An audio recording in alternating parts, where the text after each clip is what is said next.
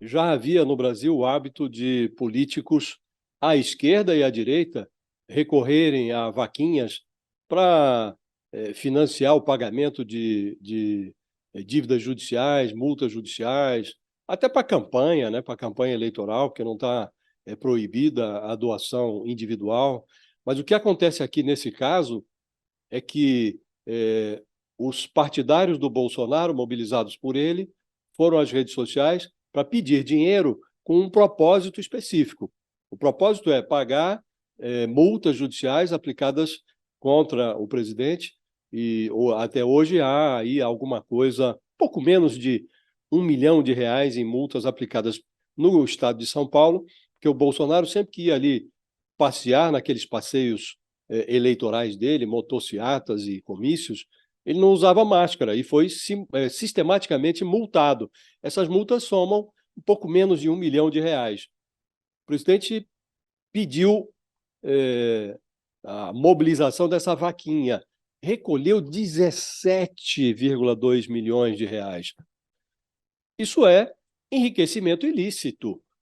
E aí tem vários deputados aí renovando o pedido para que sejam feitas novas doações. O Bolsonaro fala em doações de centavos, que pode chegar até R$ 20. Não, aqui são doações, algumas delas, no caso da pesquisa feita pelo COAF, o COAF não se importa com centavos, não. O COAF só faz levantamentos de movimentações bancárias acima de R$ 5.000. Então, há pessoas que deram mais de 5 mil para o Bolsonaro, 20 mil. O fato é que ele recolheu R$ 17,2 milhões. Ele agradece, entre risos, a todos os que colaboraram e disse que vai sobrar uma graninha para ele pagar o pastel e o caldo de cana com a Michele Bolsonaro. O Bolsonaro criou uma modalidade nova de enriquecimento, é a picaretagem. A picaretagem é uma modalidade de picaretagem via Pix. Então, ele tem lá R$ 17,2 milhões, vai aumentar essa coleta, porque agora estão pedindo mais dinheiro. E o que fez o Bolsonaro com essa dinheirama toda?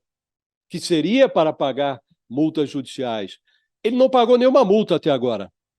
E, segundo o relatório do COAF, ele está aplicando essa dinheirama toda em investimentos de renda fixa, que rendem para ele a bagatela de R$ 147 mil por mês. O grande desafio agora do governador Tarcísio é justamente navegar com essa base pela qual ele foi eleita, que é essa base mais bolsonarista, mais militar, com os valores policiais mais ligados a extremas direitas e com esse centro moderado que também votou nele, né? A gente percebe que às vezes ele dá uma escorregada para lá, uma escorregada para cá, mas se ele quisesse cacifar para um futuro político, com a saída do ex-presidente Jair Bolsonaro da cena política, ele vai ter que saber navegar muito bem entre esses dois, não são nem extremos, né? A centro-direita e a extrema-direita.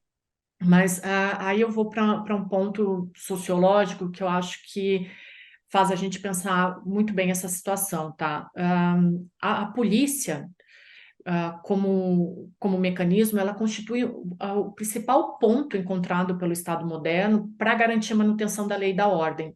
Então, quando o Estado moderno se constitui, ele entende que a polícia ela é aquela parte da sociedade que melhor pode controlar a ordem e dar a prerrogativa da regulação das relações sociais com o uso garantido pelo Estado moderno, tá? Com o uso da força física como ato legítimo e constitutivo da sua função. Tá? Então, a partir daí, ao mesmo tempo que ela representa essa autoridade para intervir quando for necessário, ela pode constituir, eu acho que esse é o ponto onde entra o governador, ela pode constituir também um instrumento de violação de direito dos cidadãos, que é o que o Josias falou.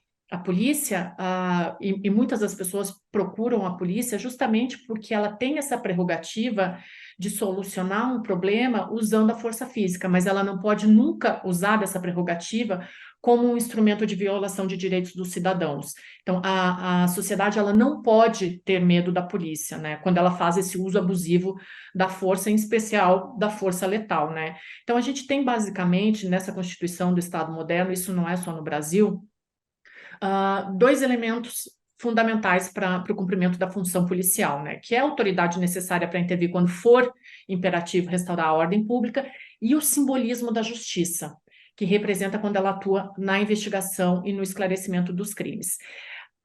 O Estado moderno, quando ele constitui a polícia, ele delega a um grupo de cidadãos a definição da linha até onde a polícia pode ir, que é essa linha que eu estou falando aqui.